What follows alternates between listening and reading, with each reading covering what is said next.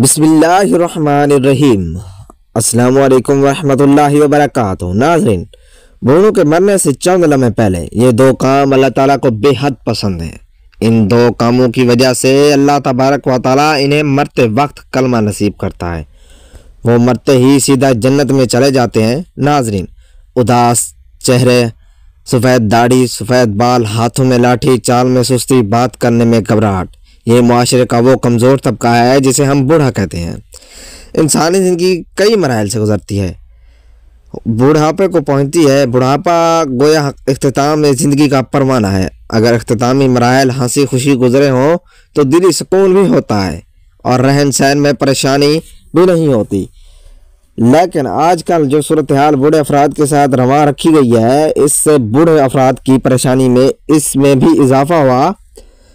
हालांकि वालिदैन ने बच्चों की परवरिश और इस उम्मीद पर की थी कि हमारे बुढ़ापे का सहारा बनेंगी, लेकिन बजाय इसके कि ये लड़का बूढ़े बाप का सहारा बनता, इसकी कमर को भी तोड़कर रख देता है।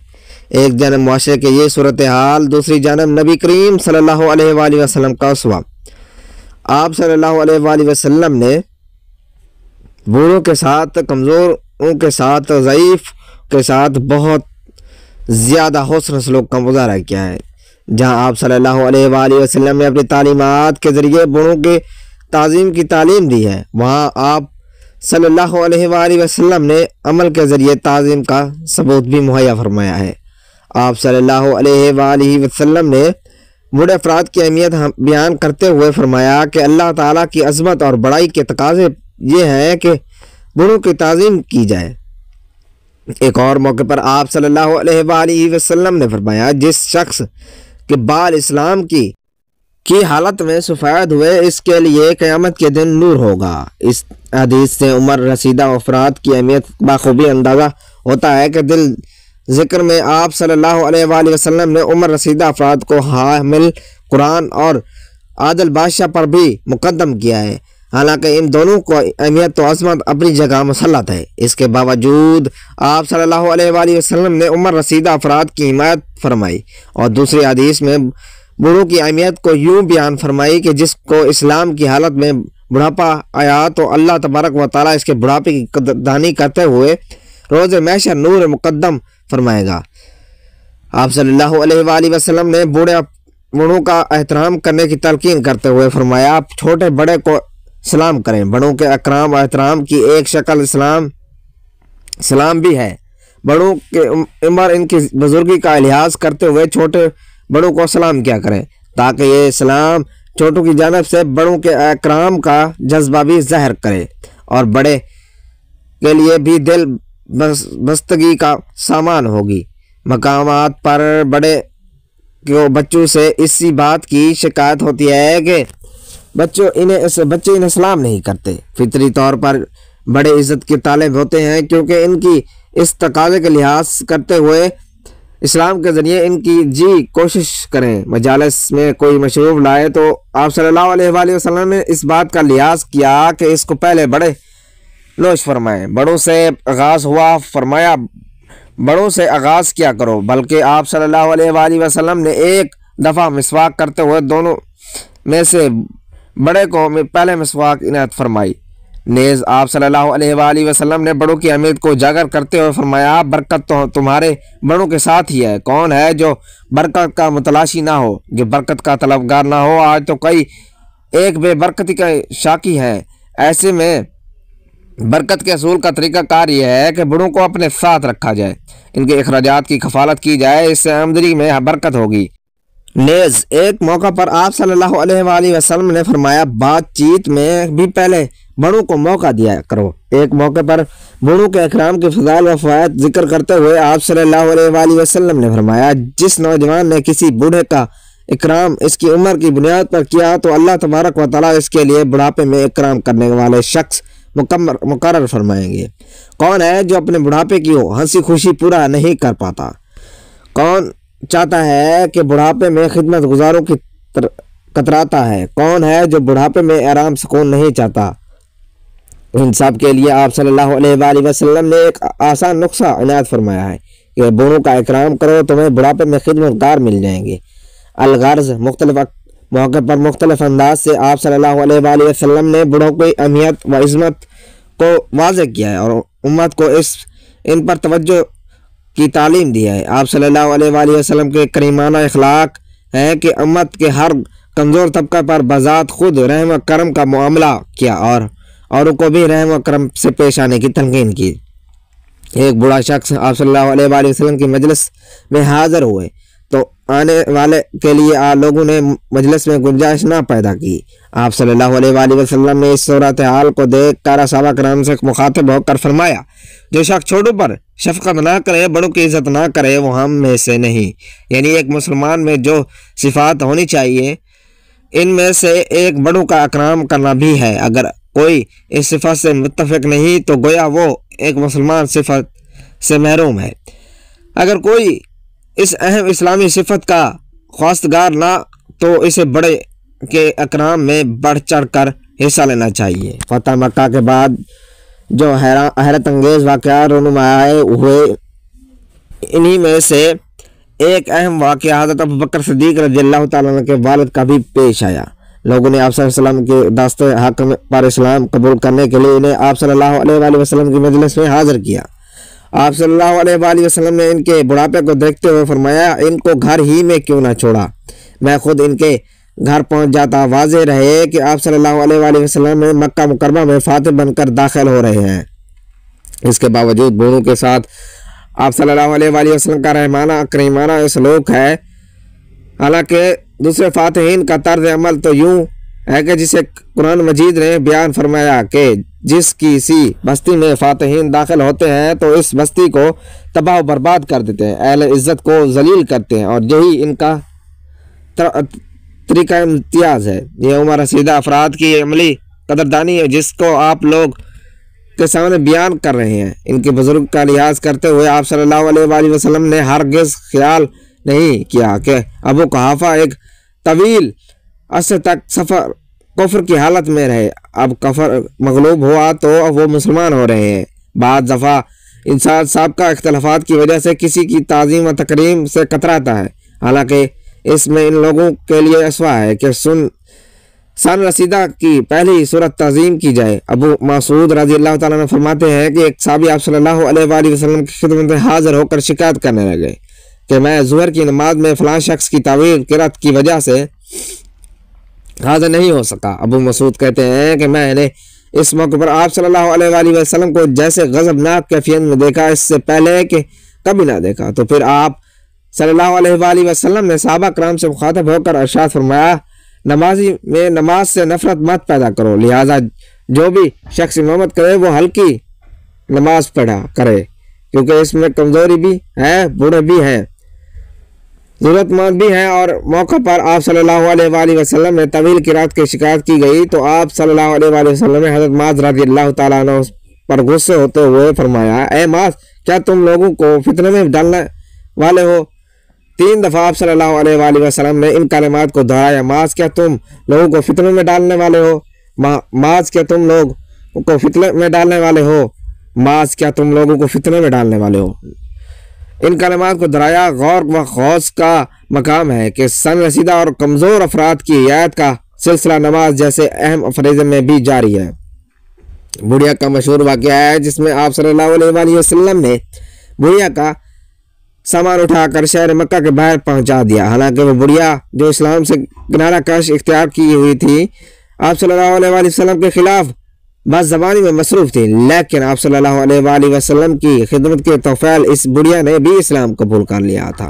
एक दफ़ा मजलिस में दाएं जान अकाबर सहाबा कराम रज़ियल्लाहु ताला अन्हुम तशरीफ़ फरमाते और दाएं जानिब बच्चे बैठे हुए थे और मजलिस में कोई मशरूब पेश हुआ तो आप सल्लल्लाहु अलैहि वसल्लम ने बच्चों से इजाज़त चाहिए, क्योंकि तुम दाएं जानिब हो, अगर इजाज़त हो तो मैं बड़े सहाबा कराम से शुरू करूँ। तो बच्चों ने आपको बखुशी इजाज़त दे दी। आप सल्लल्लाहु अलैहि वसल्लम ने बाएं जानिब बड़ों की मौजूदगी के बावजूद इस बात की कोशिश की कि मशरूब का आगाज़ बड़ों और बूढ़ों से किया जाए, इसलिए बच्चे से इजाज़त ही मांगी। लेकिन बच्चों ने आप सल्लल्लाहु अलैहि वसल्लम की रविश करदा बरकत की वजह से आप अपने आप को किसी पर तरजीह ना दी। इससे भी बड़ों के साथ इकराम का दर्स मिलता है कि हर सूरत में इनके इकराम की कोशिश की जाए। आप सल्लल्लाहु अलैहि वसल्लम ने बूढ़ों का हर मौके पर लिहाज फरमाया। किसी भी बूढ़े का इकराम आप सल्लल्लाहु अलैहि वसल्लम ने इंसानियत की बुनियाद पर किया। रिश्तेदारी और ताल्लुक से बालातर होकर आप सल्लल्लाहु अलैहि वसल्लम ने बूढ़ों के इकराम को तरजीह दी। आज ज़रूरत इस बात की है कि इंसानियत के सितम रसीदा तबके के साथ एहतराम और इकराम का मामला किया जाए। इनके हकूक़ जानकर पूरे करने की कोशिश करें। नाज़रीन, नबी करीम सल्लल्लाहु अलैहि वसल्लम ने 9 तरह के बूढ़ों के बारे में फरमाया कि इनकी ज़िंदगी से अल्लाह राज़ी हुआ और इनको मरते वक्त कलमा नसीब होता है। इन खुश नसीब बूढ़ों में सबसे पहले नंबर पर वो लोग हैं जो अपनी ज़िंदगी में ईमान व इस्तिकामत रखते हैं। ऐसे बूढ़े अफराद जो अपनी ज़िंदगी में ईमान रखते हैं और अल्लाह के साथ अपने ताल्लुक़ को मजबूत रखते हैं, इसकी ज़बान पर कलमा तैयबा जारी होने की भी उम्मीद की जाती है। रसूल सल्लल्लाहु अलैहि वसल्लम ने फरमाया, जो शख्स ला इलाहा इल्लल्लाह कहता हुआ दुनिया से रुखसत हुआ वो जन्नत में दाखिल हुआ।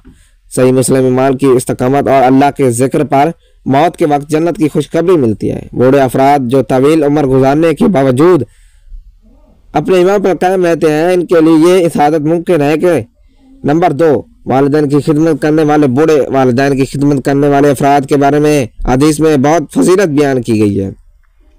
और ऐसे बूढ़े अफराद जो अपनी औलाद को नेकी और खैर ख्वाही की तरफ रहनुमाई करते हैं, इनकी ज़बान पर मरते वक्त कलमा जारी होने की भी उम्मीद होती है। रसूल सल्लल्लाहु अलैहि वसल्लम ने फरमाया, इस शख्स की नाखाक आलूद हो जिसने अपने वालिदैन में से एक या दोनों को बुढ़ापे की उम्र में पाया और इनकी ज़िंदगी इनकी खिदमत करके जन्नत हासिल न कर सका। बाहवाला सही मुस्लिम। ये हदीस इन अफराद की फजीलत को बयान करती है जो अपने वालिदैन की खिदमत करते हैं और इनकी दुआओं का वसीला बनते हैं। ऐसे वालिदैन के लिए नेक अंजाम की उम्मीद की जा सकती है। नंबर 3, नमाज के पाबंद बूढ़े। ऐसे बूढ़े अफराद जो अपनी पूरी ज़िंदगी में नमाज की पाबंद रहें और इनके लिए मौत के वक्त कलमा तैयबा के जारी होने की खुशखबरी दी गई है। रसूल सल्लल्लाहु अलैहि वसल्लम ने फरमाया, नमाज दीन का स्तून है, जो इसको कायम रखेगा वो दीन को कायम रखेगा। बावरा मुसरत अहमद, नमाज की पाबंदी करने वाले अल्लाह की याद से मामूर होते हैं और मौत के वक्त कलमा ज़बान पर जारी रहता है। नंबर 4, हकूक़ुल इबाद का ख्याल रखने वाले ऐसे बूढ़े अफराद जिनने अपनी ज़िंदगी में दूसरे को हकूक़ अदा किए हों, इनके लिए भी नेक अंजाम की बशारत है। रसूल सल्लल्लाहु अलैहि वसल्लम ने फरमाया, मुसलमान वो है जिसके हाथ और ज़बान से दूसरे मुसलमान महफूज रहे हों। बाहवाला सही बुखारी। हकूक़ुल इबाद का ख्याल रखने वाले बूढ़े अफराद को अल्लाह की रहमत और बरकत नसीब होती है। इसका खात्मा ईमान पर होता है और इनको मौत के वक्त कलमा तैयबा पढ़ना नसीब होता है। नंबर 5, या कुरान के हाफिज और कारी बूढ़े अफराद जो कुरान के हाफिज या इनके कारी हैं और इनने अपनी ज़िंदगी का बेशतर हिस्सा पढ़ने और पढ़ाने में गुजार होता है, इनके लिए भी नेक अंजाम की बशारत दी गई है और इनको अल्लाह ताला मरते वक्त कलमा नसीब करता है। रसूल सल्लल्लाहु अलैहि वसल्लम ने फरमाया, क़यामत के दिन कुरान अपने कारी के लिए शफाअत करेगा। कुरान के साथ ताल्लुक़ रखने वाले बूढ़े अफराद की ज़बान पर अल्लाह अक्सर कुरान के अल्फाज और कलमा जारी रहता है, जो इनकी मौत के वक्त भी जारी रहता है। ज़बान का जिक्र इलाही से तर हो रखने वाले ऐसे बूढ़े अफराद जो अपनी ज़िंदगी का हमेशा अल्लाह का जिक्र से तर रखते हैं, हमेशा हर वक्त इसकी ज़बान पर अल्लाह का जिक्र रहता है, इनके लिए मौत के वक्त यही जिक्र जारी रहता है। रसूल सल्लल्लाहु अलैहि वसल्लम ने फरमाया, अल्लाह का जिक्र करते रहो जहाँ तक के लोग तुम्हें पागल समझने लगे। मसनद अहमद। अल्लाह के जिक्र में मशगूल रहने वाले बूढ़े अफराद के लिए ये अजीम साधन मुमकिन है कि इन्हें मरते वक्त कलमा नसीब होगा। नंबर 7, दुआ करने वाले और रंजिश मांगने वाले बख्शिश मांगने वाले बूढ़े जो अपने गुनाहों में नदामत के साथ अल्लाह से माफ़ी मांगते हैं और दुआ करते हैं रहते हैं कि इनकी ज़बान पर मौत के वक्त कलमा जारी होने की कभी उम्मीद होती है। कुरान पाक में इरशाद है, आज अपने रब के सामने खड़े होने से डरते हैं और नमाज के लिए झुकते हैं। ये कैफियत इनकी नेकियों का सबब बन जाती है। नंबर 8, हज और उम्रा करने वाले बूढ़े अफराद जिन्होंने हज और उम्रा किया हो और वो हाँ पर अल्लाह से अपने गुनाहों की दिल से माफ़ी मांग लो और तौबा की हो तो इन के लिए भी नेक अंजाम है। रसूल सल्लल्लाहु अलैहि वसल्लम ने फरमाया, हज व उम्रा यानी कबूल हज का बदला सिर्फ जन्नत है। सही बुखारी। नंबर 9, नेक औलाद छोड़ने वाले। ऐसे बूढ़े अफराद जिन्होंने अपनी औलाद को नेकी और दीनदारी की तरबियत दी हो, इनके लिए भी मौत के वक्त अल्लाह की रहमत की बिशारत दी गई है।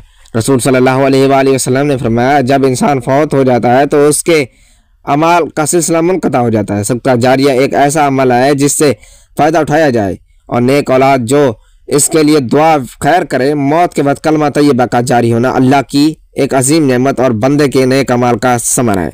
मज़कूरा सिफ़ात और अमाल ऐसे बूढ़े अफराद को इस सादत का मस्तक बनाते हैं। हमें चाहिए कि हम इनका अमाल को अपनी ज़िंदगी का हिस्सा बनाएं और बुढ़ापे में अल्लाह की रहमत के तलबगार रहें। नाजरीन, बुढ़ापे के 2 अमाल ऐसे हैं जो भी इंसान मरने से चंद लम्हे पहले इन अमाल को कर लेता है तो इनकी और जन्नत के दरमियान का सिलसिला सिर्फ मौत ही रह जाता है और मरते ही सीधा जन्नत में चला जाता है और अल्लाह ताला इसको मरते वक्त कलमा नसीब फरमाता है और इसका खात्मा ईमान पर फरमाता है। इनमें से एक अमल यह है कि जो बंदा मरने से चंद लम्हे पहले अपने गुनाहों पर नादिम और शर्मिंदा होता है, इस शर्मिंदगी की वजह से अल्लाह के सामने आंखों में आंसू बहाकर अल्लाह से माफ़ी मांगता है तो अल्लाह इस बंदे पर बहुत खुश होता है और इसे माफ़ करके मरते वक्त कलमे की तौफीक देता है। मरने से पहले दूसरा अमल जिससे अल्लाह राज़ी होता है वो है अपने अल्लाह से गुनाहों की सच्ची तौबा करना। जो भी बंदा मरने से पहले ये अमल करता है, अल्लाह इसकी तौबा को कबूल कर फरमाता है। नाजरीन, ये 2 अमल ऐसे हैं जिसकी तौफीक अल्लाह ताला इसे अता फरमाता है, जिससे अल्लाह राज़ी होता है। नाज़रीन, आए हम सब आज अपने गुनाहों की पक्की सच्ची तौबा करते हैं। आज का वक्त हम सब के लिए गनीमत है, क्या पता कल हमें मौका मिले या ना मिले। मेरा अल्लाह बहुत करीम है, बहुत रहीम है और हमें ज़रूर माफ़ कर देगा।